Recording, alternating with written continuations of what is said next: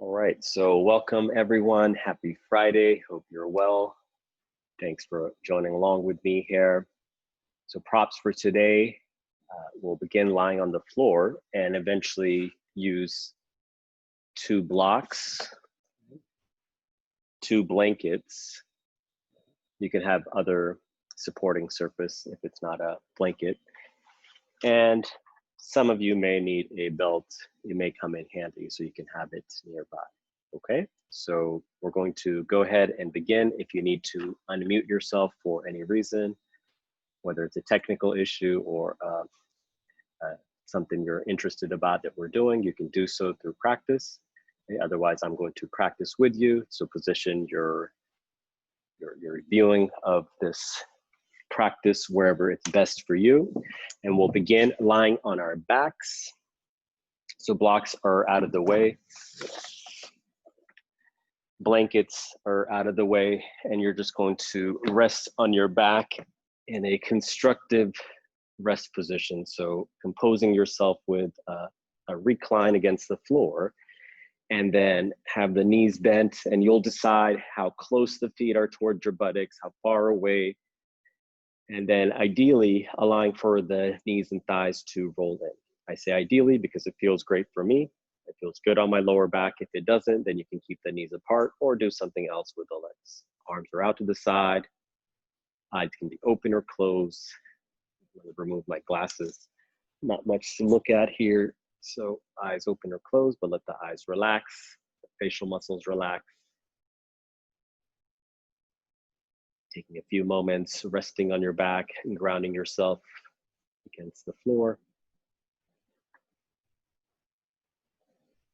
Even if you're not touching earth, you're closer to earth in this way, grounding down. Allow if you have the eyes closed, the closure of the eyes to bring closure from the activities of your day, the interactions of the day, the messages pending and received. Take a big inhale, big exhale.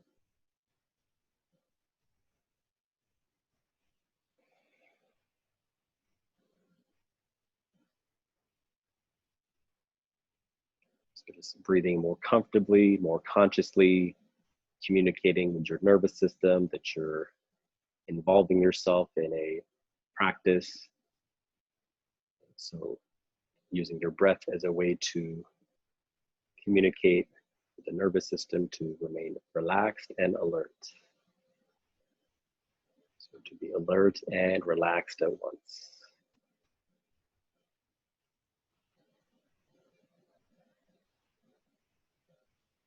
And then let the eyes softly open, let the knees open, and just extend the legs out. And it's your choice what kind of a stretch you want to do, but I'm making an X shape, making even fists with the hands and almost like a yawning stretch, stretching the arms and legs in opposite directions, away from lower body, upper body.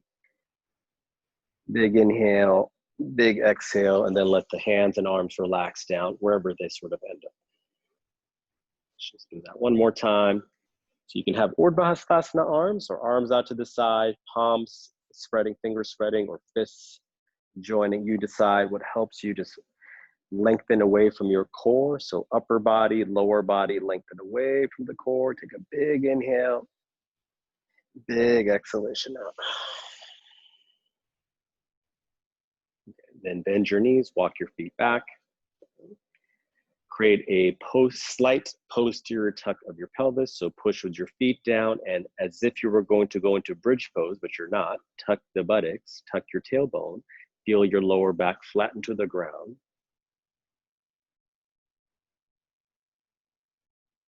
Take your palms to the ground, so turn your arms so the palms are pressing down. You can also hold the sides of the mat if you want, but press your palms down, lift your feet up off the ground so the shins are parallel to the floor and ceiling.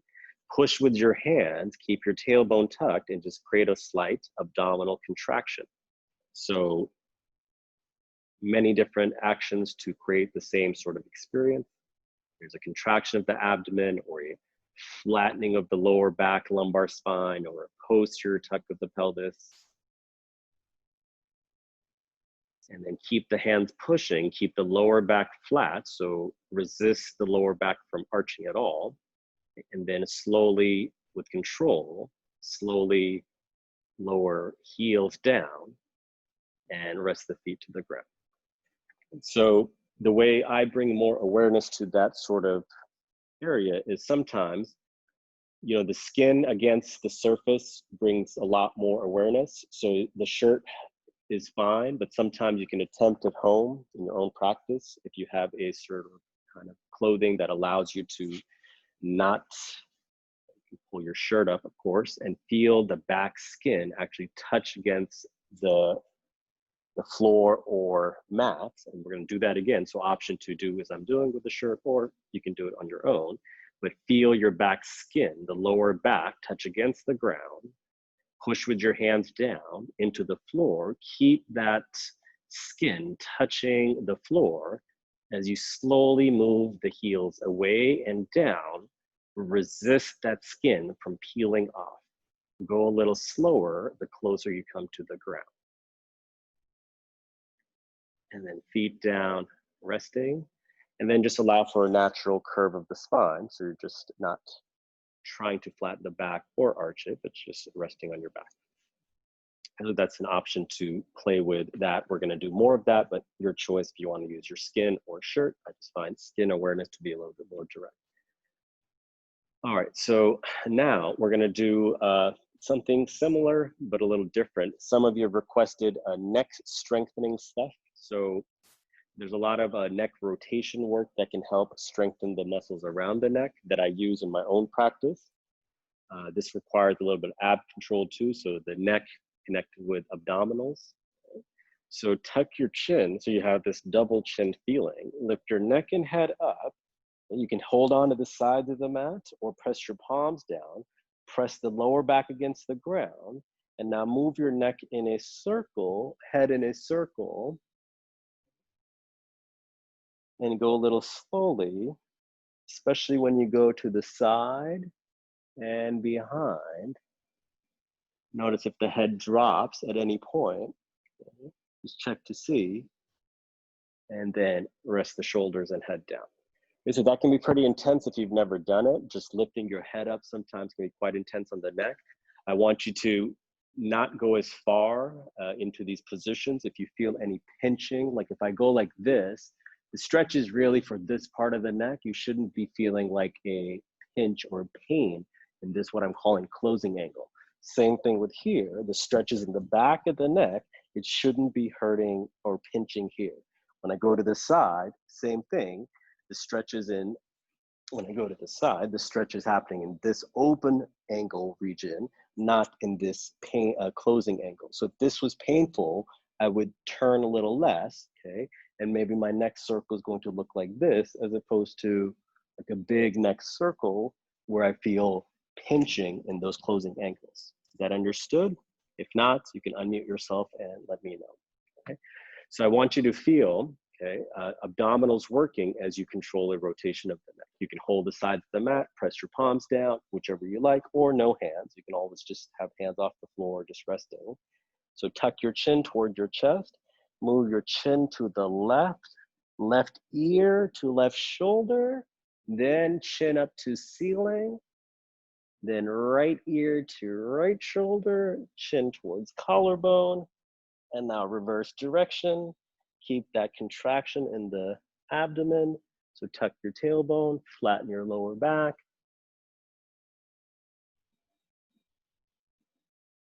And then release neck and head down. Do whatever you like with the arms. I like to just kind of move them around like this. You can also stretch them out, keep them from moving.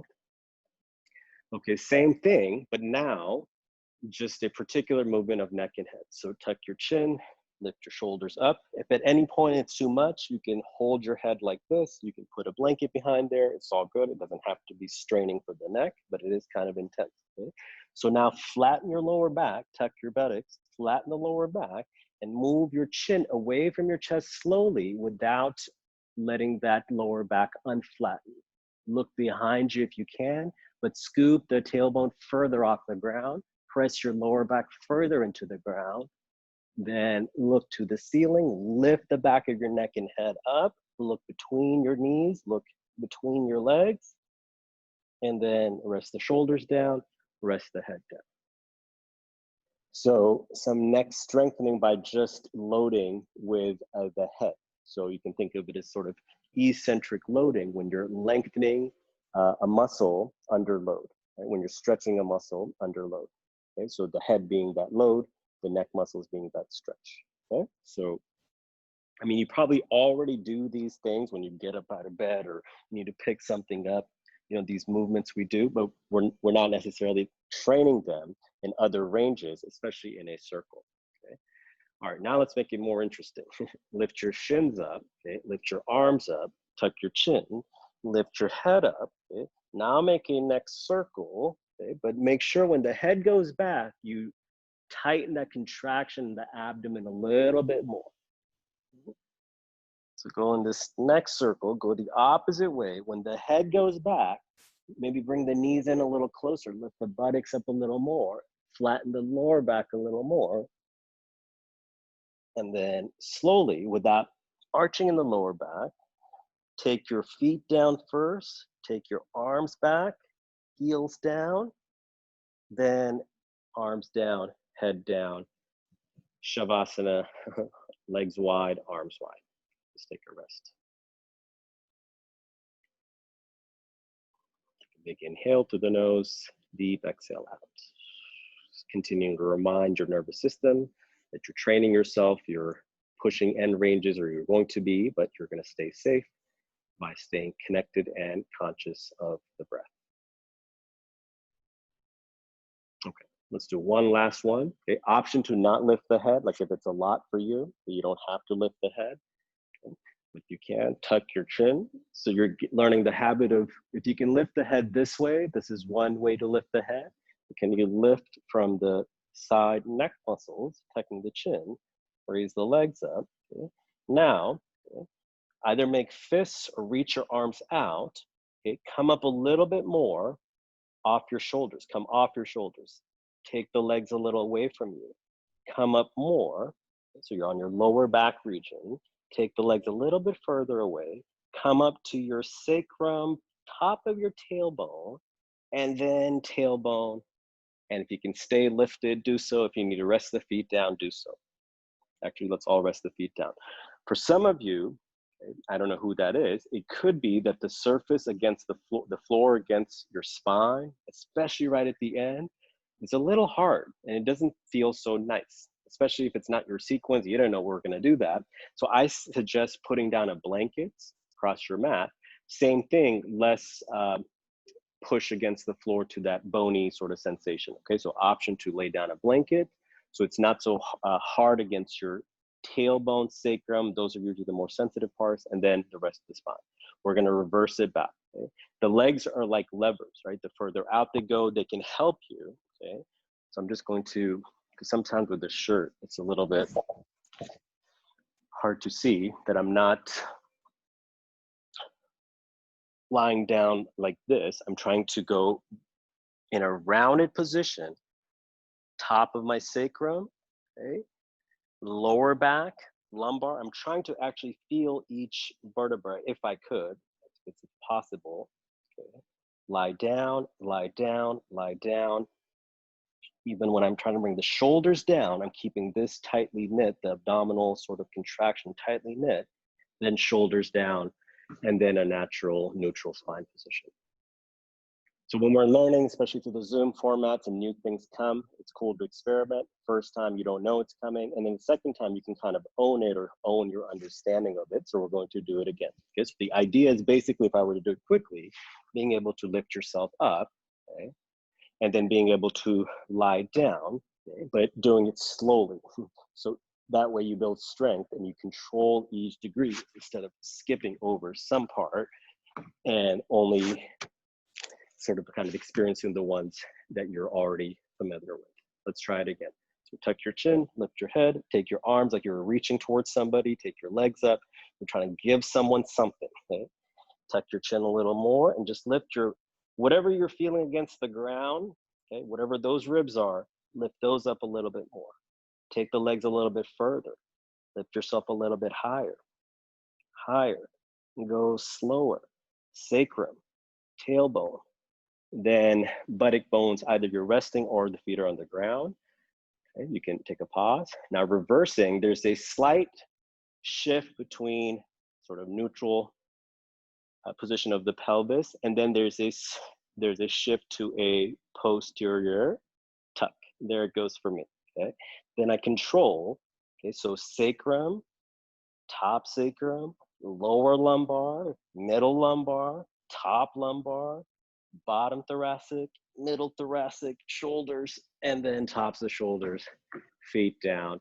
Go ahead and cross your legs, Supta Swastikasana. Take your arms up, Baddha Hastasana, and just use this as a resting position. Switch the cross of the legs, switch the cross of the arms, feet underneath knees, fingertips to forearms or elbow tips, whatever you can reach. And just letting your armpit chest open. Let your groins open.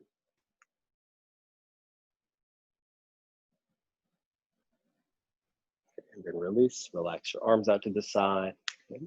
Now, next position, okay, so learning how to, okay, so we did this in previous classes, okay, so just be careful, we're gonna put some weight, go ahead and roll to your right side, everyone. So learning to bear weight on your back of your right arm. The head support will come in a moment. You can do the back head support right now. So press the bottom arm down and then push off the bottom arm so the knees are off the ground. Slightly tuck your tailbone in. And then release the feet down, head down, switch over to opposite side. So left arm is pressing down, knees are down, head is down, but push the left arm more and then lift the knees off the ground, keep the tailbone tucked. If it's too intense, use your opposite hand against the floor, pressing down. In fact, you can try it so you can create more abdominal contraction there. And then rest the knees down, come back to center. Let's do that with blanket support so that way we give the head a little break. So any kind of blankets, I have them folded just in half like this, so they're long and narrow, stacked twice just as sort of support to feel comfortable for my head to turn, because now I'm gonna go like this, okay, back and forth. Go ahead and do that. Make sure you feel, you can have the support for your head. And then I'm going to show it from this side, so that way you see when I go to the side, okay, let's go to the right side. So rolling over, okay, pressing the back of the bottom arm down. I'm resisting the knees from dropping. Top hand, fingertips, I'm pushing down, tucking the tailbone in. And if you can lift the neck and head up, lift your neck and head up. Just to train the head to lift up like this. Then rest the head down, push with the back of the bottom arm shoulder, roll over. Try not to let the knees drop unless you have to. Use the opposite hand, press down, tuck your tailbone. Try to move your knees a little bit away from you. Keep the tailbone tucked. Keep the posterior tucked in the pelvis. Okay. Then push with the bottom arm, come up, okay. Come down like this. Okay. Now top leg, can you straighten it? It's hovering. You can lift your neck and head up to strengthen the neck. Okay. Keep your tailbone tucked. Okay. And then bend the top knee, come up and over, opposite side. So you're rolling over. So both knees are off the ground. Top leg, I extend. Okay. Bottom arm is pressing, bottom back shoulder is pressing, then come back and rest the feet against the floor. Okay. We're going to repeat, add more. You can remove head support. So this way you'll do these sort of what I'm calling neck abs. So you're going to strengthen or keep the head support and take turn lifting the head up, putting the head down. And so here we go. So it's like a Jatara Parivartanasana, moving back and forth. So Jatara Parivartanasana is this stomach turning pose where you take the legs up and over. Okay, so it's something like that. We will do the final pose too, but right now we're moving through without letting the legs fall on the floor. All right, so Right side you'll go to first. So bring yourself up and over, press the bottom arm down, tuck your tailbone. If you can lift your head up, do so. Front hand, top hand, press down. Top leg extend. Bottom leg, take the knee and thigh back without letting it land on the floor. Push with the top foot, move the bottom thigh back, and move your tailbone in. Keep that abdominal region contracted. Okay, let's go to opposite side. Bend the knee, lift your chest, move without dropping your head if possible. Okay? So one leg is above, it's extended. The one that's below, well, it's the one that's above is flexed. The one that's below is extended. Move the knee and thigh back. Move your tailbone in. One more time. Forward. If you can take both legs out, but move your tailbone in, abdomen back.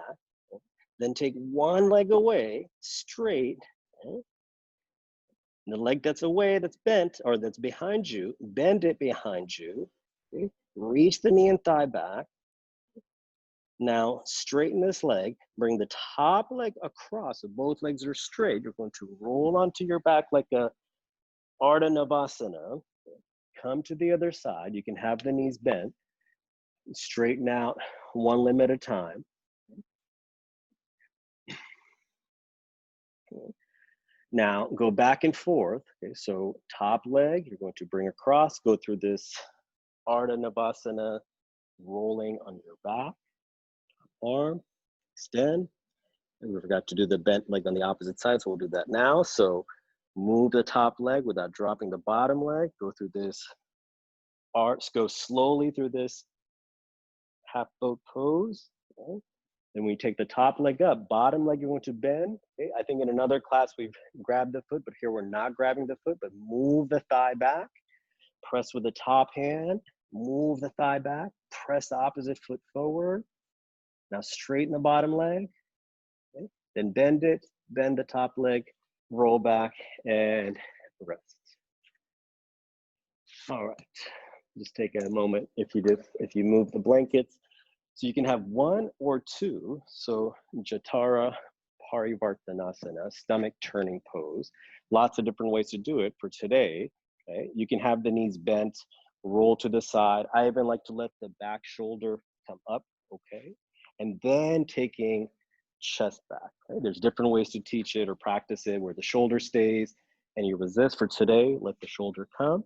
Hold the outer foot, outer calf, and then let the arm roll back. You can look to the right side. Top leg, hip, move away from you, either on its own or with your hand. Move away from you so there's space in the right side waist. And then release, just come out with bent knees, going to opposite side. I'm just gonna show from back so it's clear. Okay?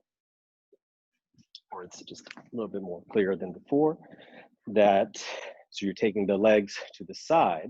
Let this shoulder come for now, okay? So that's just one way to do it. Hold the outer edges of the feet, outer calf, and then get this shoulder chest to turn, even if it doesn't touch the floor, and then take the opposite arm away. You can even turn your neck and head to look to the left. Top leg, hip, move it away from you. See if you can just let it happen on its own, unless you want to use your opposite hand thumb finger to assist, you can do so. And then bend the knees, release, rest on your back, and remove the blanket support away from you. You can lift your head, move it away. And then let's just go for a little hip extension. Press your feet down, lift your buttocks up, press the backs of the arms, wrists down, and lift the buttock bones up. So now we're gonna come down slowly where the buttocks land last. So tuck your tailbone under. So you feel there's a rounding sort of feeling to the spine as it comes down. Keep the tailbone tucked, so your middle back, ribs, the lower back, then top of sacrum, then sacrum, buttocks, and maybe part of your tailbone resting. It's a different way to land down. Let's lift up the same way. So tuck your buttocks under, lift your tailbone up. So go segmentally, lower back, middle back, just right at the shoulder blade tips. And then press your heels down, lift your buttocks up a little more. Really get the front of the legs to stretch, the back of the leg, the hamstring to now turn on. And reverse back. I have my mounds of the feet lifted. If you want to also have the mounds of your feet lifted, do so. Reverse back, keeping the buttocks tucked, rounding your lower back, tuck the buttocks more, and then coming back, stretch the legs out, take the arms overhead. You can do like a handstand, like a stretch. So lying down handstand, and then release and bend your knees in towards your chest. Happy baby pose, or some version happy baby can be like this, or Pavan Muktanasana, where you're just getting the knees and thighs over the chest. So you can choose what feels better for knee and hip flexion. And then release. I want you to do that again and ask yourself if you feel any pinching in the front of your hip crease. Like if you were to ask yourself, where do you feel the stretch? So in this situation, it should be generally here. Right? It shouldn't be a stretch feeling. There's a deepening of the groin there, but it should feel good, soft, and relaxed, not sharp or pinching. So just check to see if you have a tendency to feel the stretch happening here, then open that range, maybe hold like this, okay? So you're not doing this and crunching or scrunching over here. All right, now we're going to do something on our abdomen, but let's do a quick dog pose before that. So cross your ankles, cross your shins, hold your shins, roll on your spine, back and forth. You can cross opposite shin or ankle in front. Okay? And then rest your hands down in front of you. Now, if you do this too slowly, you can't really jump back, right? But if you do it a little quickly, you can press your hands down, lift up, bend your knees to jump back, and then straightening the arms and legs out for Adho Mukha Svanasana, downward facing dog.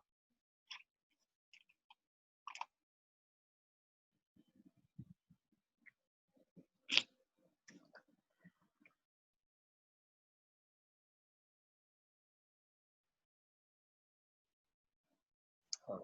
Then lower down onto your knees and come down into a prone position. So I think what I'll do for now is face you this way, but you can go any which way. If you need something for your abdomen or pelvis, you could rest it. Otherwise, rest like we did last week if you came to class, just starting in prone position.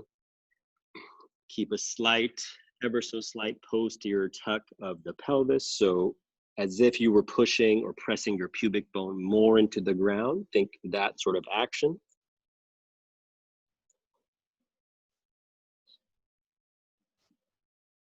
And then I realized some of you may want to have a blanket for your head. So you don't have to have, like if you want to work on neck strengthening, you could lift your head up without straining it, okay? But I think just to be a little bit kinder to your neck, you could have a blanket for head so the nose is not getting smushed, okay? And now I'm going to mirror you. So this is your left arm, this is your right arm, okay? First, press the tops of your feet down, tailbone in, so your lower back doesn't feel compressed when we do these arm movements. Okay. So raise your right arm up a little bit off the ground. Turn the arm, so it's like Urdhva Hastasana, palm turning out. Okay. Take the arm out to the side, so it's an external rotation out to the side. Then roll the arm, palm down. Turn the arm more. So you're going for internal rotation. Palm faces the ceiling. Then take the arm behind you as far back as you can through internal rotation. Then lower the arm to the ground. We'll do it again. So arm is rotated internally. So the front of the shoulder, top of the shoulder is rolling in. Raise your arm up. Take it out to the side. At some point, you have to outer rotate. So externally rotate. And then bring the arm forward and lower the arm down. Okay? Let's do that on the opposite side. Okay, so left arm up. I'm just looking to see, make sure I can see you. If you need to see me, you can do it like this, but eventually I'd like for you to have the head down. Okay, so left arm is up, It's externally rotated. Take it out to the side until you can't take it out. Then internally rotate. Keep internally rotating as you take the arm behind you and then lower the hand, arm down. Keep the internal rotation as you raise the arm up. Take it out to the side until you cannot through internal rotation, then cross over to external rotation, overhead and down. First side again, but this time we're not going to place the hand down. I want you to find a range in this semicircle that doesn't cause pain at the top of the shoulder, okay? So again, this is the closing angle here. Widen that angle through this range, okay? So you don't feel, okay, a pinching at the top of the shoulder, okay? And I want you to make the rest of the body involved. So tops of the feet are going to press down. Then I'm going to change my direction over here. Tops of the feet are pressing down. Forehead gently pressing down. Opposite hand, wherever it is, press it down into the ground. Right arm lifted up. Externally rotate the arm. Take it out. Keep everything else active in the body. Inner rotate the arm. So inner spiral, arm in and behind you. Lower it down without touching the floor. And then raise it up. Take it out to the side. Begin external rotation as you bring the arm overhead. Try not to turn your chest. Turn your arm out to the side. Roll the arm in. Keep it rolled in as you take it behind you. Keep the elbow straight as you take the arm out. Externally rotate, overhead and lower down. Okay, so now you're doing your left arm or opposite arm. So tops of the feet are pressing, pubic bone into the ground. So you feel like buttocks is moving off your lower back and the buttocks is engaged. Okay? So there's a firmness to the legs and buttocks. Left arm lifted off the ground, arm is straight. Turn the arm like you want to shake somebody's hand with that hand. So you're turning your arm, then take the arm out to the side, then inner rotate as you take it behind you and lower down without touching the ground. Raise the arm up, take it out to the side, outer rotate, so external rotation, arm overhead. Again, take it out, inner rotate, bring it behind you. Keep it inner rotated, take it out, external rotation, arm overhead, and lowering down. Okay, you can cross your hands, rest your head, bend your knees, and windshield wiper, so to speak, the legs and hips. Let your body and pelvis turn along with the knees and feet moving. And then release the feet and legs down. Okay, so now we're gonna do a bit of a twist prone. So the target area is the pec muscle region. Okay, so again, be mindful that that's where the stretch is supposed to happen, not at the top of the shoulder. So this, I'm taking I'll show it from here. Okay, so lying down, this is my right arm. Okay, so I want the stretch to be on the right pec. I'm pressing my left hand down and I'm bringing my left leg around behind me. Okay, like this. So like as if you were going to lie on your back, but the arm obviously is blocking that. And so you feel a stretch in your pec region. Some of you may not feel much. We'll amplify that in a moment. Then come back to prone. Okay. And then left arm out, right hand down. Okay, so how to decrease this stretch? Arm would be behind you here. Further up, way intense. Okay, so you can decrease it by lowering down or not turning as much. Those of you can have the arm in line with the shoulder, do so. Bring that back foot around. Okay. Turn your chest. If you want to turn your neck and head, you can. Okay. And let's just do that one more time. I practice this with Carrie Worko. She calls it a scorpion stretch. So it's nice to think of like a scorpion with that back foot. Pressing down. Press with your front hand down, turn your chest. Maybe look, can you see your back hand somewhere out there? And then come back, okay. Opposite side. Can you turn your neck and head? Can you see your back hand somewhere there? And then release, come back to center position and just take a pause.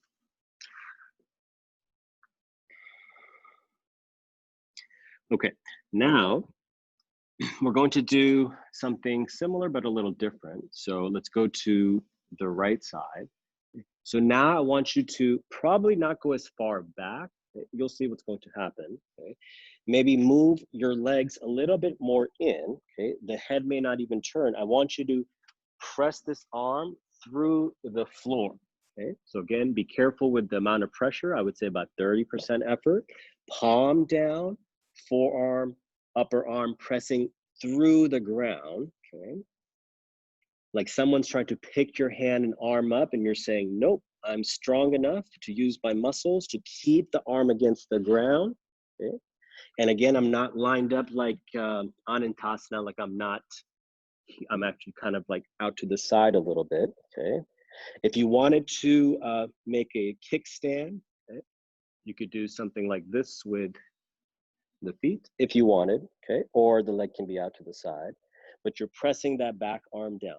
5 more seconds, okay? Press more into the ground, like someone's picking it up, but you're saying, nope, I've got strong muscles and joints to keep them down.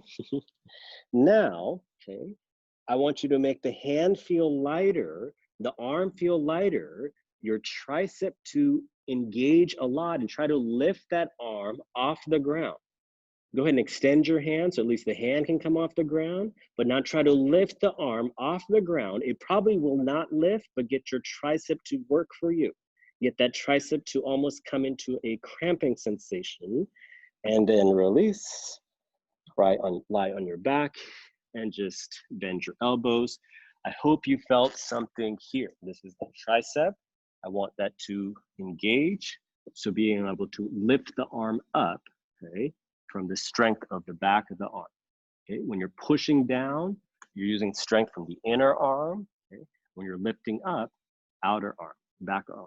Okay, let's do that again on the opposite side. So left arm out to the side. It's not as deep of a pec stretch right now. So opposite, you can do a kickstand position. I don't know if you can see this. Okay, so I'm putting one leg out, foot to inner thigh, or you can just have the leg out to the side. You're not turning as far back, but you're working on pushing the hand into the floor, upper arm down into the ground, as if someone's trying to lift that arm up, but you're pressing down with control and conscious effort. You're not going to hurt yourself, okay? So not to push so much where you don't have control. Press any amount more, breathe in and out through your nose. You can lift your head up if it's tired of resting down. You can lift it up. And now I want you to make the hand feel lighter by tightening your tricep. You can extend the hand, fingers pointing up, and as if you could lift the arm off the ground by tightening your tricep muscle. Make your tricep muscle tired and try to lift that arm off the ground. And then palm down, bring the legs back, come back to prone shavasana, head supported, or hands for the head as you like.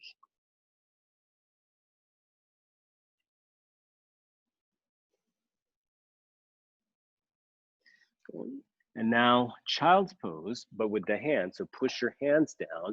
You can keep a blanket for your head, but take your arms behind you. So inner rotate the upper arms and let the head either rest to the ground. I have mine on a blanket support. So Adho Mukha Virasana or child's pose with knees closer, thighs closer.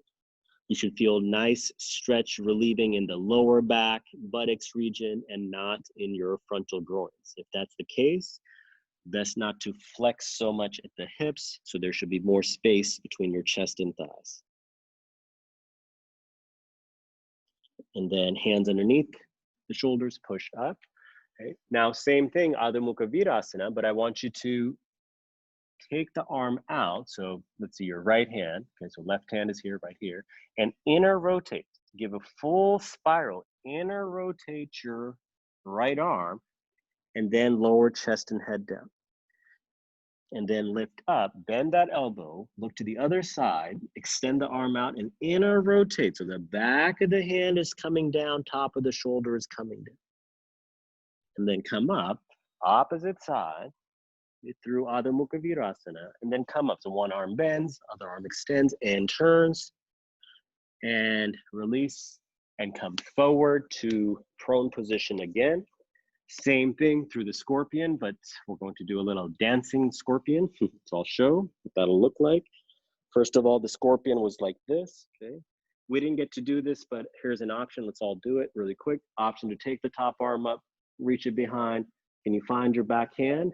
Touch it, come up, bend, okay, extend, do the stretch, take the top arm up. You're only doing this if it's feeling good on your pec muscle, armpit region, but it should not be hurting. Can you clap behind you? Can you clap? And then up.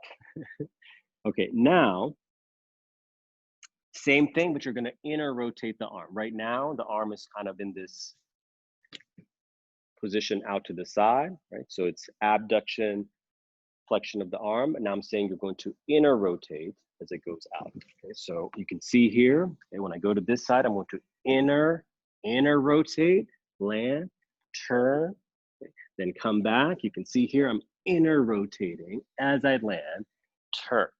Okay?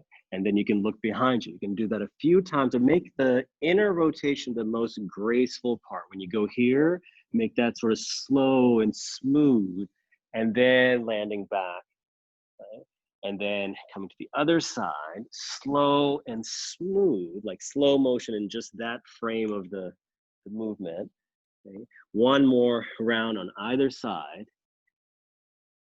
So your shoulders are probably going to feel something after class, just FYI.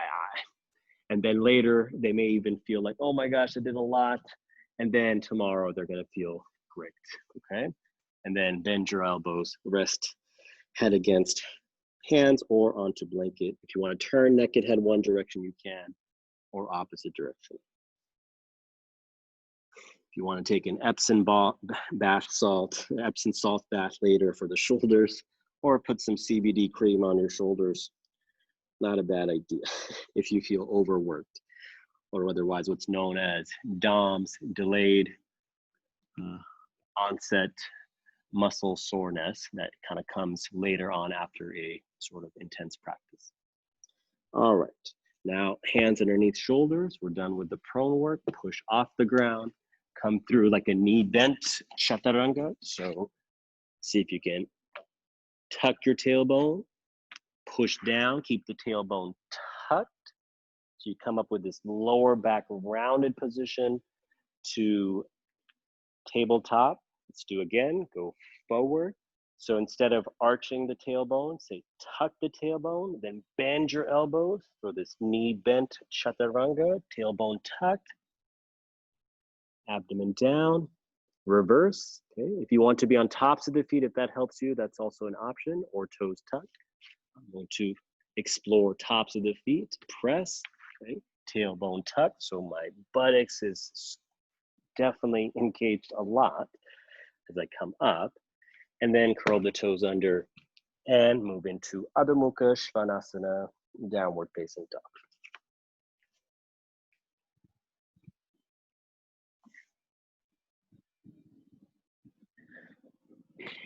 Okay, turn the hands just slightly out, so there's a slight inner or outer rotation of the arm, so the biceps roll out, triceps roll in.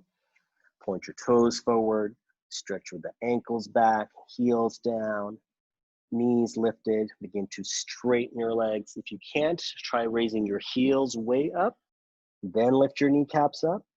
And if for some good reason you do not want to or should not straighten your hamstrings that much or lengthen them, then of course keep an active bend in the knees. And then come forward, come down. So now dog pose with the hands turned quite a bit out, so deeper external rotation of the arms.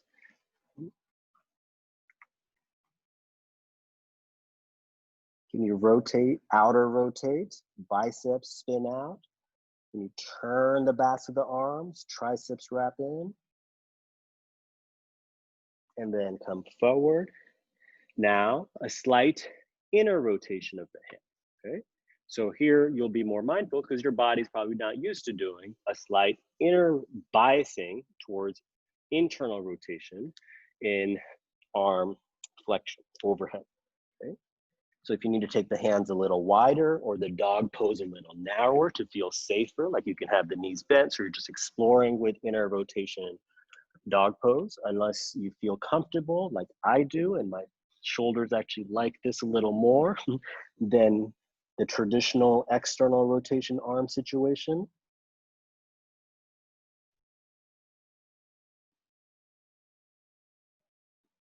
And then come forward, lower down, and have your blocks. So now we're going to do a little bit of lunging. I find with the bricks, there's just more space for groins and legs and arms because the arms get longer. So adjust the bricks in a manner where they feel comfortable for you to hold for Adho Mukha Svanasana, downward facing dog. Bring the feet together. Raise your right leg up.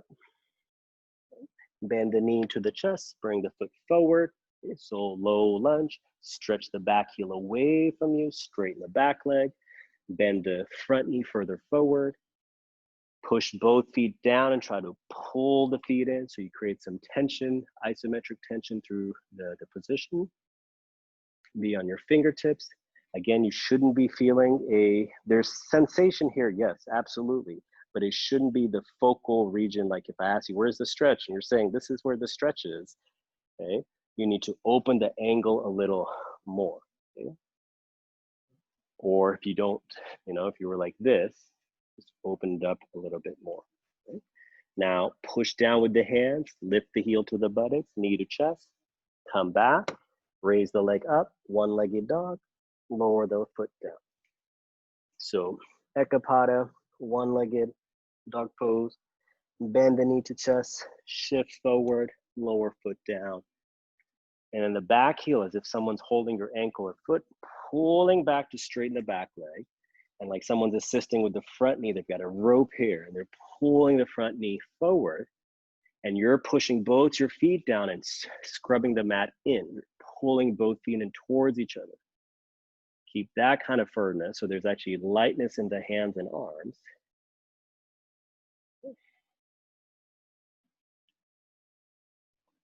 And then lift the foot, heel to buttock, move back, raise the leg up, lower the foot down. Now prepare for Urdhva Mukha, upward facing dog with the toes tucked under. So shift forward to plank. Keep the arms straight, lower the buttocks down as you engage the buttocks. Turn your upper arms out, push with the hands down, raise your chest up with arms and legs straight. And then press, come up to plank, and then move back to downward facing dog.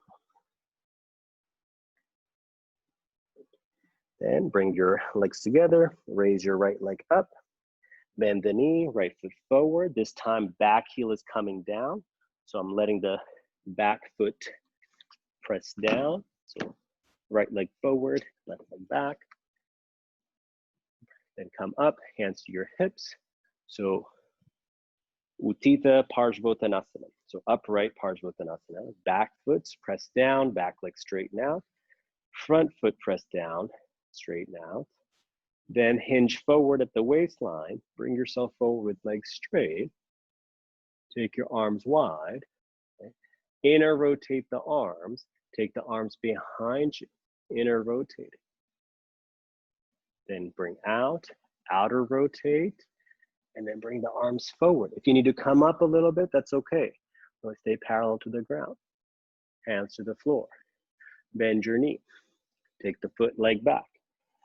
Opposite side. So left leg comes up, bend the knee, place the foot, straighten both legs. I turn the back foot out, so the back foot and sole of the foot can press down, hands to hips, lifting chest and head. So you're on your left side, left leg is forward. Legs are straight, raising your chest, come up, hinging at the waistline there. Then you're taking your arms out to the side, like airplane wings, and then inner rotating them. Take them behind you. And then take them out, outer rotate, bring them in front of you, like a Virabhadrasana 3, feeling in the arms. And then hands lower down, step back, Adho Mukha Svanasana, downward facing dog.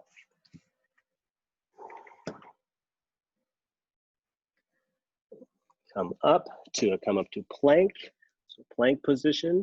So we're gonna do Urdhva Mukha, Chaturanga, Urdhva Mukha, plank, and Adho Mukha. Here we go.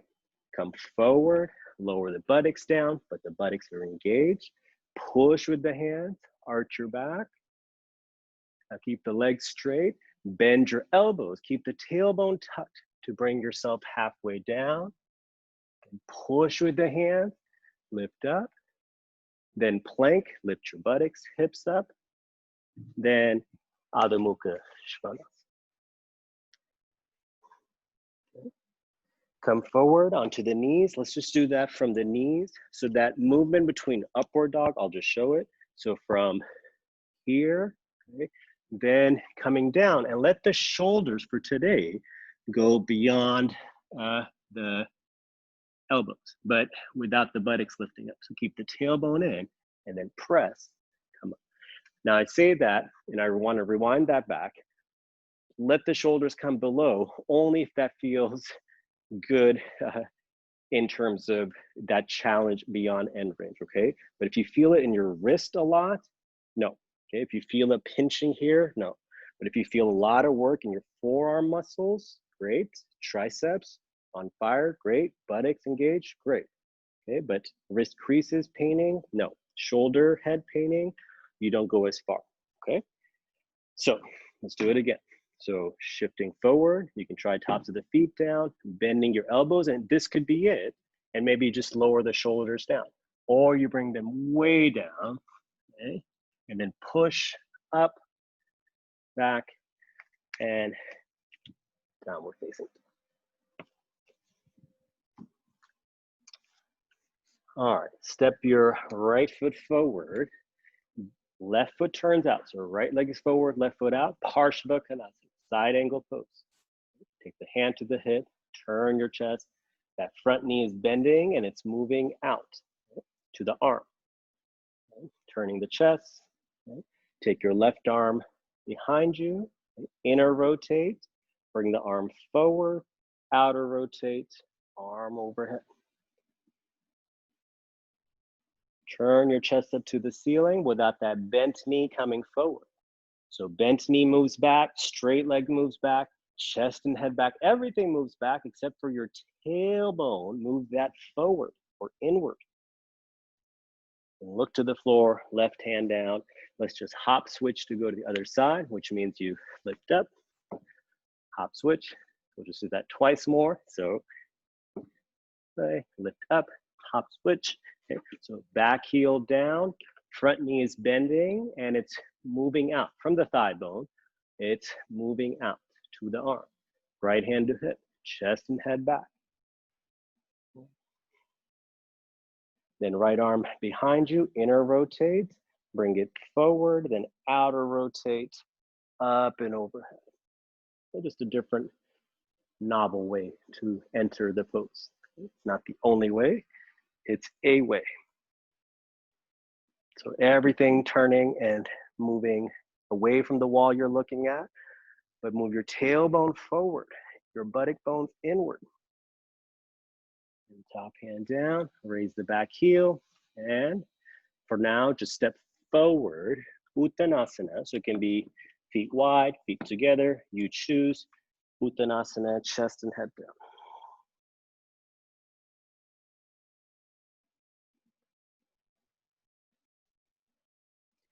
All right, then to come up, bend your knees, place your hands on your hips, lower your buttocks, look forward, push with the heels down, come upright. When you come up, your arms up, and then lower the arms down. So now stand upright. In Tadasana, feet can be wide. And take your arms behind you, okay? Baddha Hastasana, holding wrist, forearm, upper forearm, or elbow tips. Okay? And just notice what this feels like. Try doing this without arching. So getting that sort of arm position from lower back extension. So keep the frontal ribs in, tailbone in, okay? Thighs back. And now if I ask you to move your elbows off your back, can you move your elbows off your back? A little bit more active rather than passive. Move the elbows off the back. Move your ribs in. And then switch opposite arm. First, passively, it's resting. So just resting like this. You can even walk around or move around if you want. And now, actively, meaning without resting into the back, keep your ribs in, keep your tailbone in, and begin to move by engaging your triceps. You should feel something in your outer arm, maybe even your biceps, okay, to bring the elbows off your back. And release. Okay. All right, let's do that in Gomukhasana. Okay, or actually, let's do Parsvottanasana with arms behind. Then we'll do Gomukhasana. Should be okay on time. So let's do like this: from upright, right leg forward, left leg back. Okay. Take the arms wide, roll the arms in, bend, Baddha Hastasana in Parsvottanasana. Baddha Hasta means bound arm, bound hand position. Now, you're gonna come forward, okay, right leg forward, chest over the right leg, halfway down, but then see if you can draw your shoulders back and lift your forearms off your back. Then go further, forearms off the back. Go further without the forearm or wrist touching your back. If this is crazy challenging, you're just gonna open up that angle. You're just gonna hold like this. You're just holding hand. Otherwise, elbow tips without touching your back. Bring your head down without forearms touching your back. And come up. Release the hands, bend the front knee, step forward. Take a pause. Okay. Left leg forward, right leg back. I know it was a very short pause. Okay, but go at your own speed. Okay. Arms out, arms rolled in, bend. You can try first really quick, right? What it feels like when you do the pose, you know, with the back arms are resting. Okay? So you can do like that, okay? But now try with active engagement of arm muscles, moving forearms. If it's intense, if it's crazy intense, you're doing like this. Okay, you're just holding like this, you're coming forward. Okay. Otherwise, come forward. Try to keep a concave back for halfway down position. And then once you begin to round the back, try to keep your elbows off your back, your forearms off the back, shoulders away from ears, chest and head down, head to shin. Push with the back foot, come up, release, and come up to standing. Shake your hands out in any position you want. You can do this, you can shake it out. Let the arms shake. You can go inner, outer arm, and do this inner, outer shake in different ranges. All the way to the top, all the way to the bottom. Keep shaking, and release. All right, now Gomukhasana, arms only, okay, from Tadasana. I'll turn around, okay, so you'll do will be same side. So this is your right arm, roll the arm in, bend at the elbow, and take the hand up your back. And just let it rest there, okay? So that's your right arm, just let it rest there. It's passively resting there. Okay, now begin to engage yourself by pressing your feet down, straighten the knees, brace your abdomen like you're really about to like lift something firm up from the ground. Be ready. And now move your hand, forearm, okay, off your back. Go slowly, okay? Get your tricep turned on. Hand off the back. If you feel any pinching at the top of the shoulder, lower your arm down. Otherwise, bend your elbow and try to get the hand where it was before, but without touching your back skin. And release. Left arm. We're just moving a little bit quicker for time's sake. Turn in, bend, do your normal Gomukhasana. If you want to make any sort of passive adjustments, taking the hand up, all the way up, like I used to do the pose like this, moving deep into passive stretching. So this is like a deep passive range for me. And it's okay for a little while until it's not, meaning do I actually have the muscle strength and the joint mobility to control this? We're about to test it. So first you just let yourself get into the pose, breathe, relax, tell your nervous system you're safe, you're choosing to do this. No one's taking your arm around your back, forcing you to do something you don't want, yeah? Now, firm to the feet down, press your feet, grip your buttocks, brace your abdomen. So everything is firm, you're ready to lift your hand, wrist, forearm off your back. It probably drops down a little bit, that's okay. Let's see if you can lift it off the back and take the hand a little higher, up your back. Take the hand a little bit higher, but without touching your skin. And then release. Do like this, come forward, roll your arms in. Keep the knees bent, let your armpits even rest on the knees. And then drop your buttocks, look forward, and then uncurl the spine to come up. Now, what about the top arm, Gomukhasana? Okay, so we did this first, yeah. Now we're doing, no, we did this one first. So let's take the right arm up.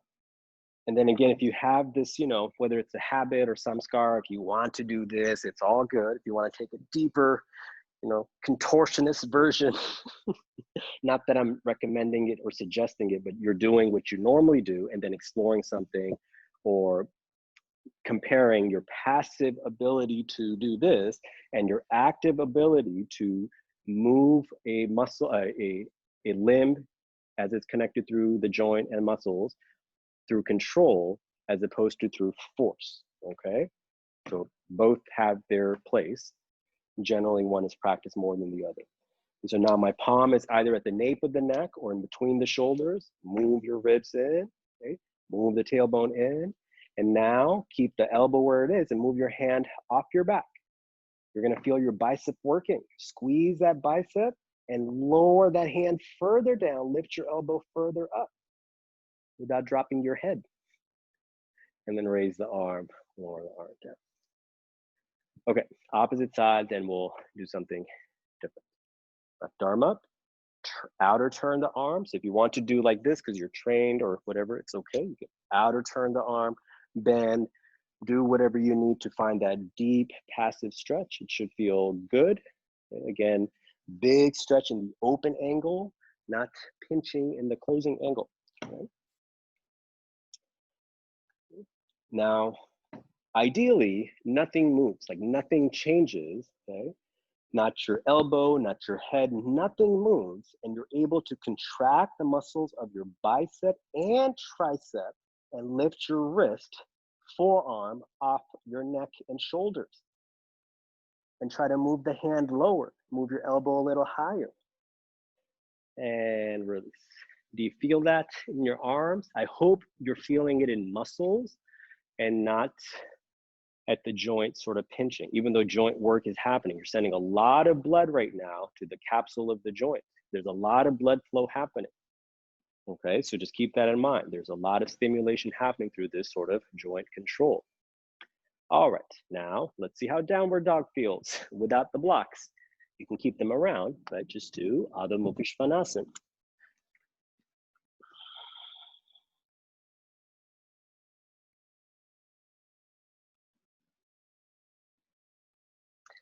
All right, now step the right leg forward, so low lunge position. Again, Parshva Konasana, side angle pose, but right arm inside the leg. You can use a block, okay? So you can use a block so you have a little bit more height inside the leg. Press the arm into the knee, but then move the knee away from the arm, move the buttocks in. So right arm is forward, okay? Left arm comes back. Inner rotate the arm, take it behind you, okay? Like this. Okay. Then your right hand, so we're going for a bind, okay?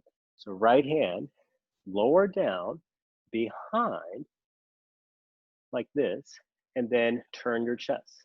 Now, what to do if you can't make the bind, okay? So come out or stay in the pose. That's where you grab the belt, okay? And you can, I like to fold it in half, half again, keep it in this one hand, whip it around the back, send it through, and then I have something to pull with the strap to turn the chest. Okay? Otherwise, you're making a bind. For today, I don't mind if you hold your wrist, okay? Or if you hold the bind like this. In fact, if you can do it like that, go for that for today, turning your chest. And then release, unbind, take the arm around, bring it forward, opposite side, hop switch. If the groin gets sort of burning feeling, feel free to just straighten the leg, lift your chest a little bit, or come around and shake it out.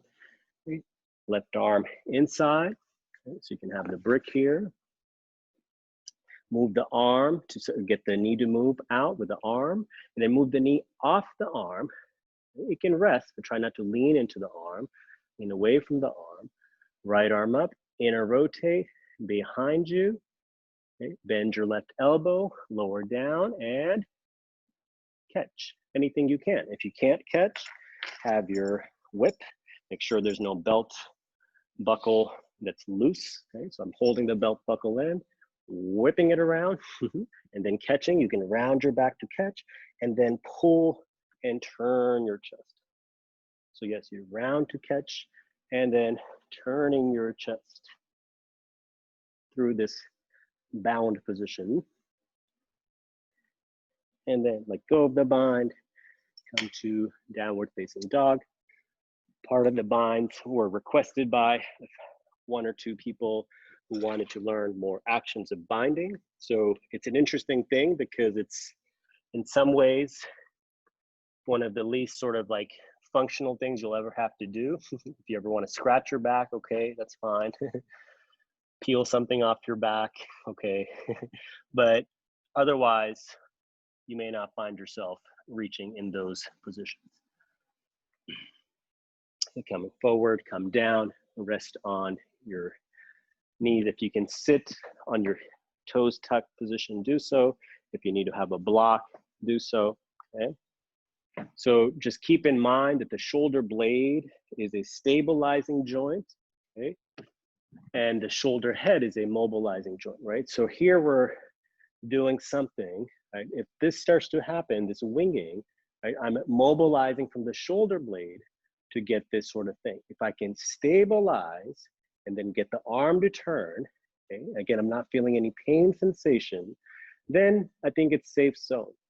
Right? But oftentimes I would push and stretch. I would have my hand, I think I could hold at some point, I had like a little rat tail going, but they were all through these passive sort of, I would have a friend kind of shove my elbow up and see how far back I could hold.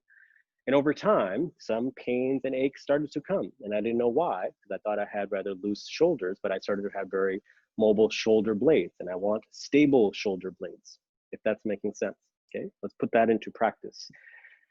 How are we going to do that? Well, we're going to control our movement. So if you can sit like this longer, good for you. If you want to sit in Virasana, great. Or any other position where you can take your arms in front of you. We're going to do our scapula movements right now, okay? We could do them actually.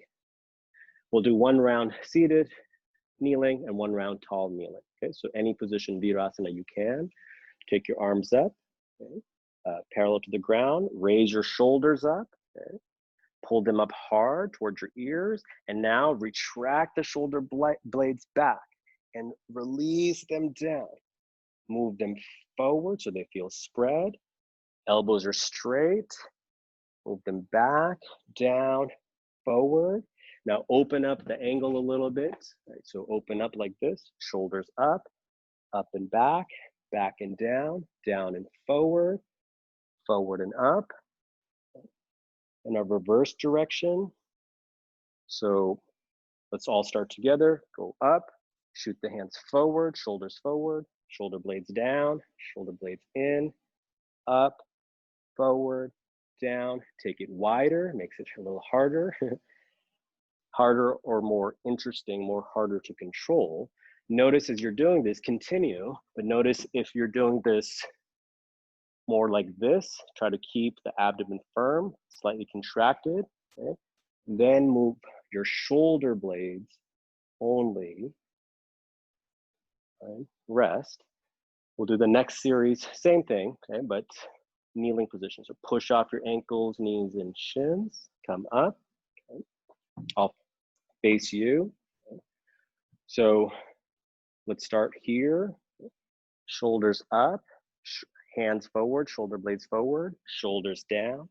Pull them back, lift them up, forward, down, back. Go wider, go up, forward, down, back, wider, up, forward, down, back, wider. Okay, so try not to throw your ribs forward, ribs in, tailbone in, shoulders up and back, glide them down, down and forward, and try to make these glides very smooth, elbows straight. If you think this is easy, try not to move your head.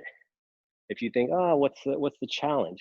Try to focus your eyes on one point and don't move your head. Bring the arms a little closer, a little closer, a little closer, all the way close, namaskar position, and release. A lot of shoulders today, yeah? Okay, so now back to dog pose to Parshvakonasana. Then so make sure that the bind position is comfortable for you. Otherwise, you know how to use the belt, okay? So go for dog pose. Then step your right leg forward. Okay? So now I'm mirroring you this way, okay? Right arm inside. So we're gonna make this bind again, not with as much time. So if you needed to have assistance, you take this whip, holding the belt buckle, so not to whip yourself with the metal, and you're going to hold the bind like this, okay? Otherwise, you're holding the bind, okay, like this or like this, okay? Now step your back foot in. Step the back foot in, lift your front heel up, okay? And then see if you can come into this position. I'm not gonna name it anything. If you can come upright with the leg bent, come upright. So right now the leg is bent for half bird of paradise pose.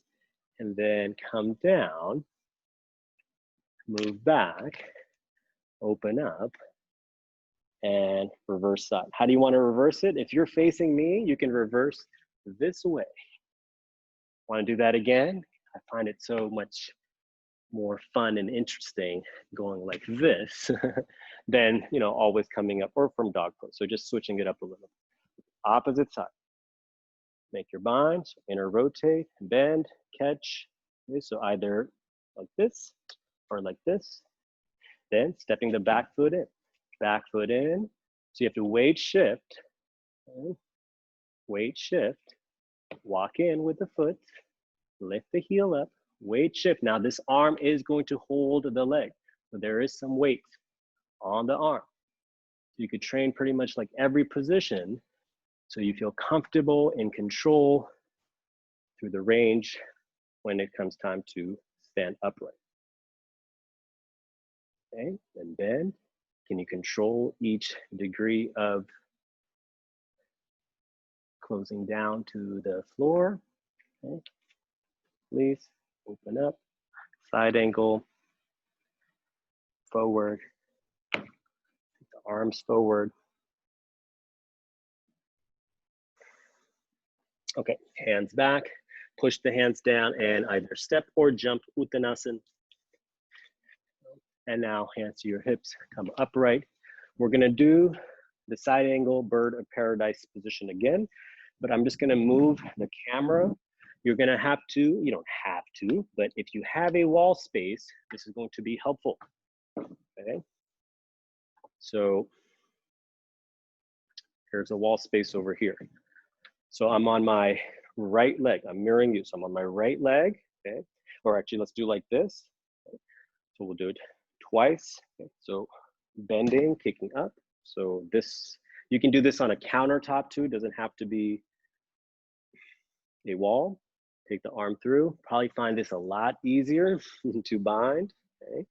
But now to balance, okay, so you have to lift this foot off the wall. So how to balance on this standing leg, you can keep the foot at the wall and begin to straighten, okay? Or you can balance in the middle of the room, okay, and begin to straighten. And you can go back and forth a few times. It doesn't fully straighten, at least not for me. And release, let go, come down with control. Opposite side, so I'm just going to turn around. Okay. This is my standing leg, this is my left leg, so even though it's my right to you, it's the opposite one. We're gonna do this twice. Okay. So learning to teeter-totter the bird off the support. And when I have the leg straight, I go a little bit, bringing the leg a little bit forward and straightening it out, okay? The wall is there. Come back to the wall, release. Same thing, okay, same side that we just did.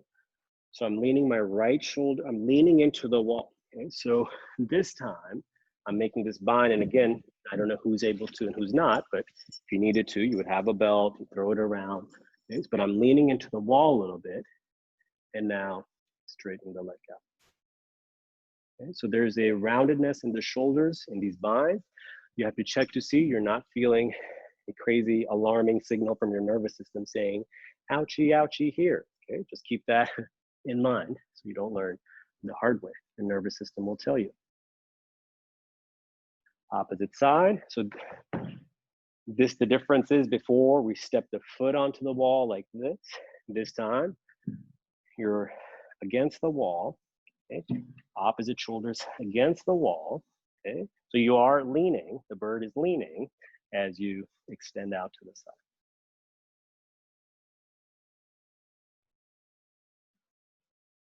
Okay, and then push, release. All right. Then come back towards your mat center position. Step in a Prasarita Padottanasana, wide-legged, toes forward situation. This.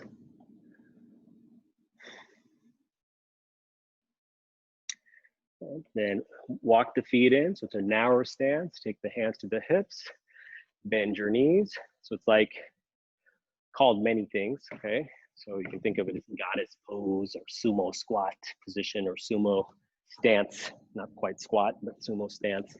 So like this, and then shift side to side, okay? So much that one leg begins to almost straighten, the other one is bent, going out. Just weight distributing. In terms of back body, you're not arching, you're not overly tucking, but just sort of a neutral position.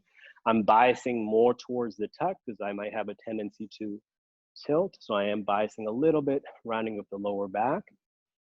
Okay.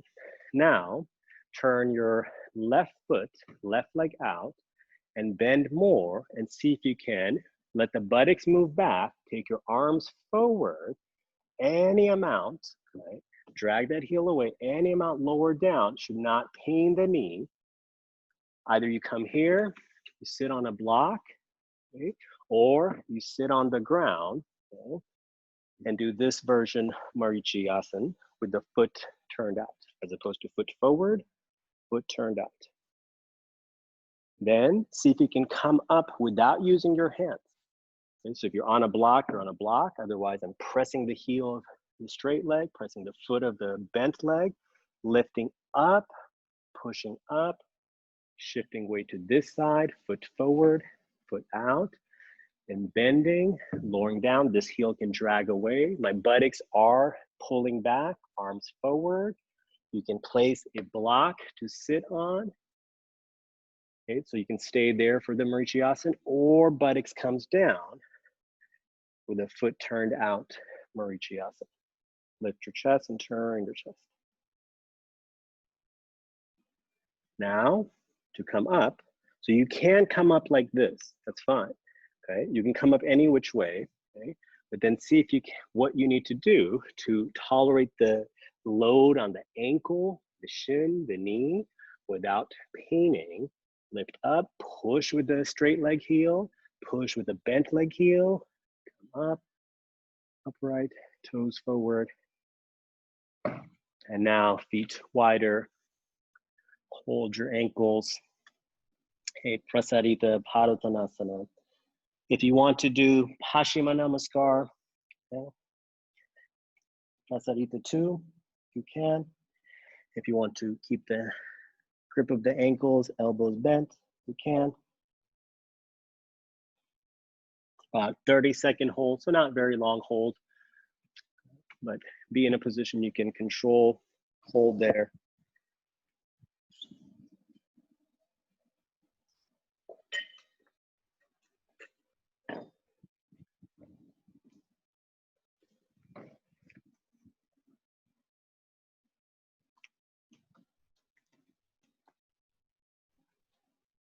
If you're in Paschimma, stay in Paschimma, or if you need to come out of it, it's fine. If you're with the hands in Gopasana, put the hands on the floor, push and lift up. Everyone lift your chest up. Come upright, walk the feet in, hands on your hips. And now coming to sit however you can. If you need to use your hands, it's fine. Otherwise, through Utkatasana, Malasana, and take Upavishta position. It's going to be about a 1 minute hold in Upavishta, but just passively. If you can sit without any support, do so. So I'm just going to move a little bit closer in. So without support means anything on your buttocks. And then come forward any amount. If you want to move your buttock bones back, it's fine. Just a passive hold. So I'm not spreading my toes. I'm not lifting my knees. It's just a passive. I feel some stretch behind the legs, but I'm not working to get it except the position I'm in, and maybe count your breath to be more meditative in this passive stretch. We will make it active in a little bit, but right now, just let it be passive. Legs are wide, legs are relaxed, they're passive. You can even shake the feet out, shake the legs out.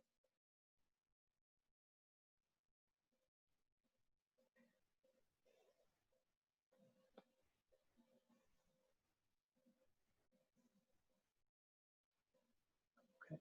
Now,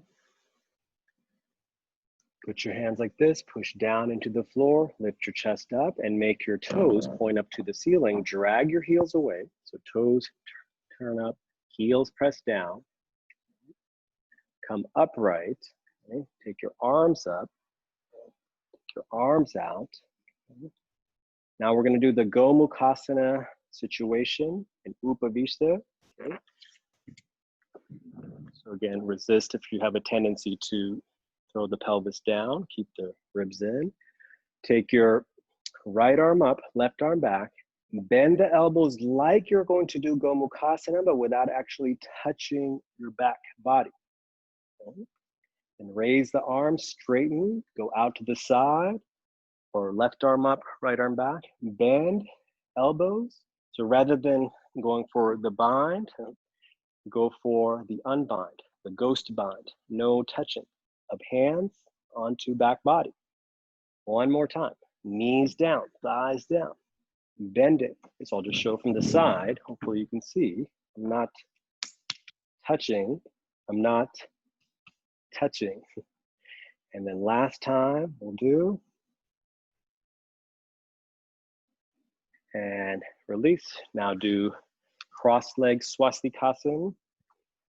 Okay, so feet underneath knees. If you need to sit on buttocks because the legs go way up, okay, you can. But as long as there's no pain in the groins, go forward, okay, with the fingertips. Knees down, buttocks back and down. You can activate the feet if that feels better for your ankles and shins and knees. You can flex the foot, point the toes back towards the shin, or you can let the foot be soft.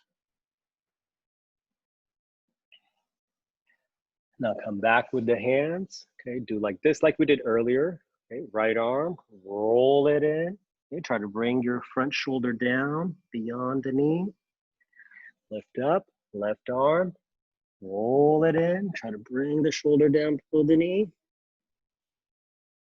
Come up, switch the cross of the legs. So adjust buttocks back as you need. Okay, so if you want to activate feet, you can, or feet relaxed, your choice. Go forward first. Chest and head down.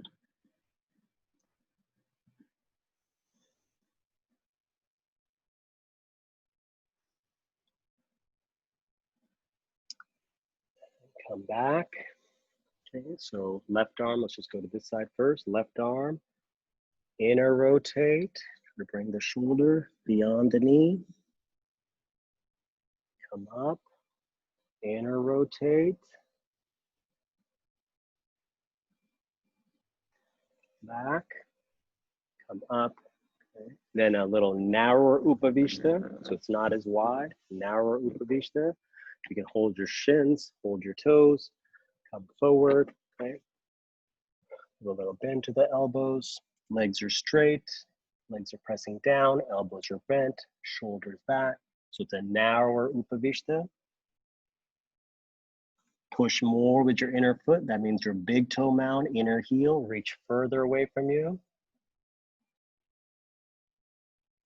Then come up, bend your knees, and find your 2 blankets. I know we're running down on time, but I did want to include this per someone's request for Supta Kurmasana, or for Kurmasana. We'll do Kurmasana. I don't know if you have time for Supta Kurmasana, but that's okay. I should have, if I was a really good teacher, I would have asked that person, why do you want to learn this pose? As opposed to, okay, sure, because I kind of have a feeling the reason may be I just want to learn it. It's a interesting challenge for my mind and body. It's you know, an adventure in proprioception, sort of daring, if you will, because it's not a very functional position to put yourself in. A lot of these bind sort of situations, especially what we're about to do with the arms, you may not, unless you're like reaching underneath a bed or something really narrow and you need to find something, very rarely will you bring the arm into internal rotation and this deep extension behind you, okay, in life situations. But that doesn't mean we can't try it, and it doesn't have a quietening effect on the mind and nervous system when trained over the course of practice, not just one class. Okay, so here's these 2 blankets. Okay, have 2 blocks. Okay, let's just do it in stages. We won't hold them too long. Okay, and then make sure that these blankets can slide. Okay, so if you're dragging, it doesn't matter what position, you can even have the blankets folded, but they can slide. So you're like in a knee bent, okay, like a dead bug position. Arms come forward. Okay, let's just do let's just do both at once. So arms come forward, arms come through. So inner rotate, and then hand, palm is down. So forearm is turning out. Right? So to enter, I inner rotate, and then forearm, hand turns out. So we're actually already in the position. Okay? This is Kurmasana, the tortoise pose. Put your head down. If you had a 3rd block, you can put the head on the block, or begin to straighten the legs. It is going to put pressure on the backs of the arms, which is going to create pressure for your collarbone. If you feel anything that's a red flag, back off immediately. Okay? Head down. Move the knees into the arms, press the arms into the knees. And then drag the feet back, undo the arms. Okay? Now, without the block, you can keep one for your head if you like. Okay? Now let's do 1 arm at a time.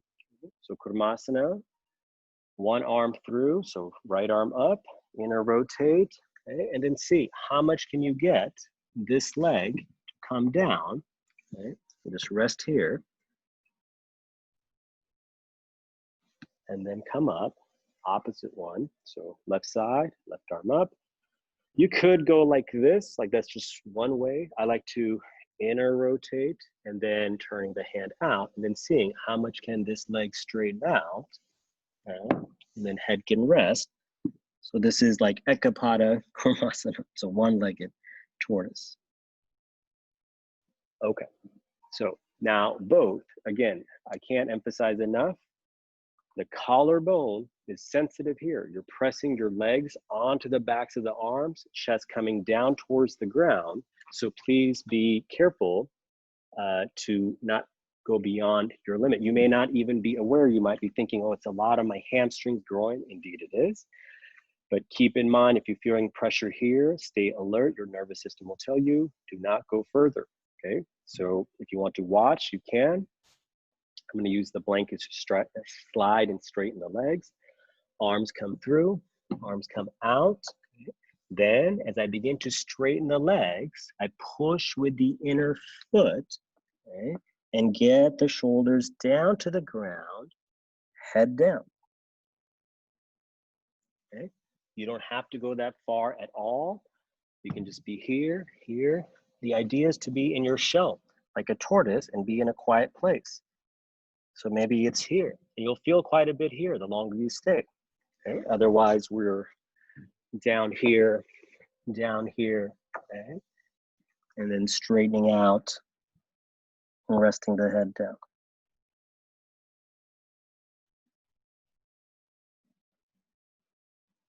You can stay much longer in the pose, especially after all this warm-up. Come up. Okay? I'm just going to show quickly as an option for the video recording. You could pause it, practice it later, but I don't want to leave it out as per request. Supta Kurmasana, which is similar, but the ankles are crossed and the arms are behind your back. It's interesting because I've always associated supta positions as supine, like on your back, but this is one case where the rule is broken, I suppose, if your understanding was supta means supine, which I always assume, but this is supta Kurmasana, the tortoise in its shell, okay, but not obviously on your back, okay? So you can see from here, I'll just show, and if you could make the bind, you would take belt behind to catch, okay? So I'll just show quickly, please don't do it quickly. I'm just doing for the sake of our practice. So this one, I'm gonna stack the blankets up something like this. They don't have to be perfect. In fact, scrunchy is better. You're gonna use the traction of the blanket, right? Actually better on a mat. So that way they don't slide around. So here we go. Supta, if you want to join along, watch first, and then you can join along. So I bring myself through my turtle shell, my tortoise shell, okay? Then these feet have to walk forward, okay? And that's where the blanket, where it's all scrunchy, does help to create some traction for the ankles to catch, okay? Eventually the head's going to rest, well, on the floor and the back of the head against the feet, but then the bind, okay, reaching back, and if you cannot catch your fingers, okay, then you would have the belt nearby, okay, like this, and maybe a block for your head resting in your tortoise shell, okay, like this. Okay, so this would be like a simple version, even though it's actually quite complex, okay? Otherwise, you know, the blanket is in front of you. So I'm showing quickly again, you can do on your own. The blanket does help, or a mat does help, because it creates a little traction for the feet to hook. The fingers I'm holding behind me, and I'm letting the knees come into the arms, arms into the knees. Take an inhale, and then into my shell I go. Can stay for a minute or two, switching the cross of the feet. Okay. So I usually have to unbind the hands and then rebind opposite hand, lifting, sending, and coming up and carefully unbinding, undoing Supta Kurmasana. Okay. It should feel like you're waking up from a long, deep, restful sleep, as it says in Light on Yoga. Okay, so that was a quick visit, I know, to sometimes for me, you know, it was a quick visit to the pose that was requested, but for me, the journey of the preparatory poses is so much more interesting and valuable than maybe the asana that you might be after or aiming for, if that makes sense, okay? So I hope the preparatory work was valuable to you. Let's take care of our back really quick, and then we will rest, okay? So do a quick Purvottanasana, so knees bent, hands turned out. Lift your buttocks and raise the buttocks up, the pelvis up, neck and head back. And then lower buttocks down. Okay. Now, we're going to do bridge pose. Okay. And then if you want to wind down from here, do something else, feel free to. I'm going to show bridge and then a Karnapidasana with brick support. Okay. So first lying down on your back, have 2 blocks or so nearby.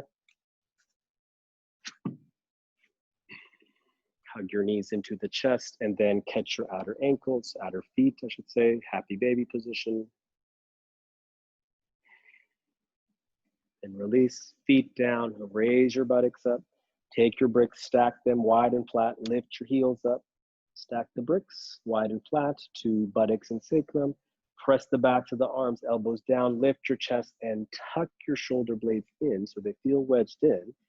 Then take the arms out to the side and rest in Setu Bandha bridge position with the brick supports.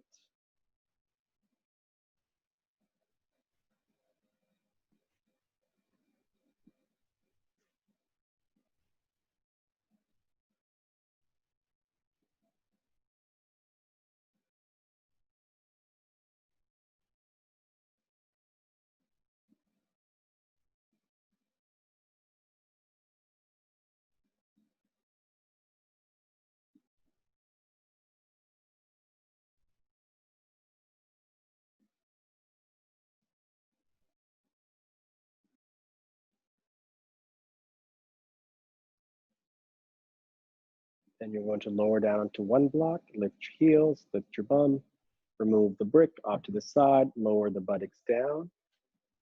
Take one knee in towards your chest, take the other leg out, and let it move a little bit off to the side if that's okay. And it's kind of loose, it doesn't have to be fully straight, it's actually just kind of relaxed leg.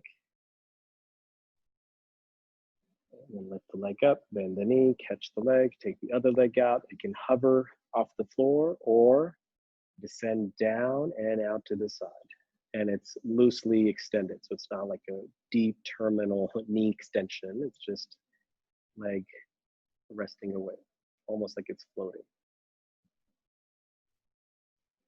And then hug both knees in, put both feet down, and 1 leg at a time, take the legs out, both legs straight. You might have to adjust the brick a little bit.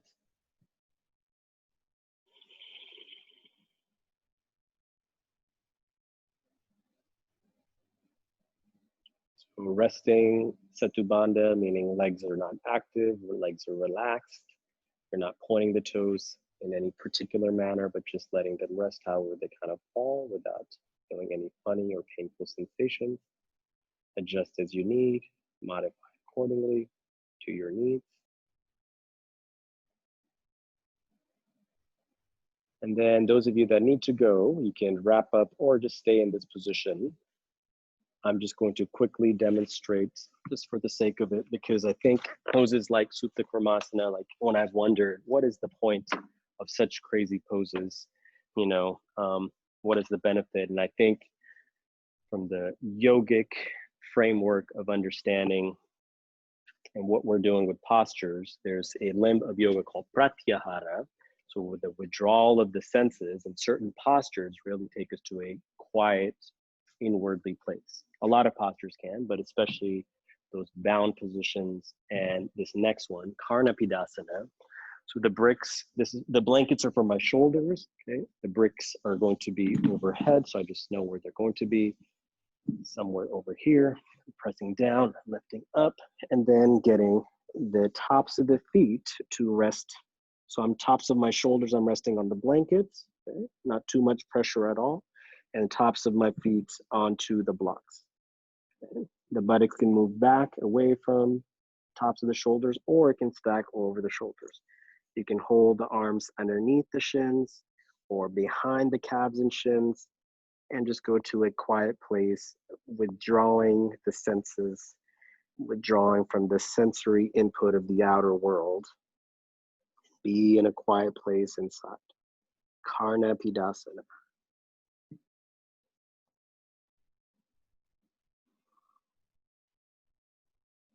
Switch the cross of the arms if they're crossed or bound overhead.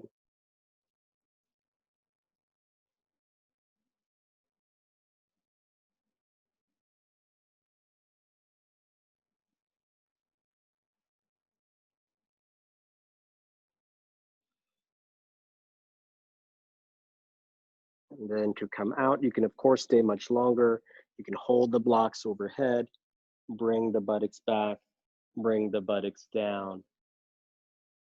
And then when the buttocks lands, you decide for final Shavasana how you want to rest. Maybe it's just bare bones, nothing on your back, or a little bit of weight over your abdomen. You put the blocks and blankets over your abdomen and pelvis. Ground yourself down. 1 minute here, letting go and letting loose. So rest your body, limbs of the body heavy, bones of the body heavy, muscles, joints relaxed. Let go in your mind space and let loose in your body. Take a deep inhale through the nose, deep exhale out, letting go and letting loose.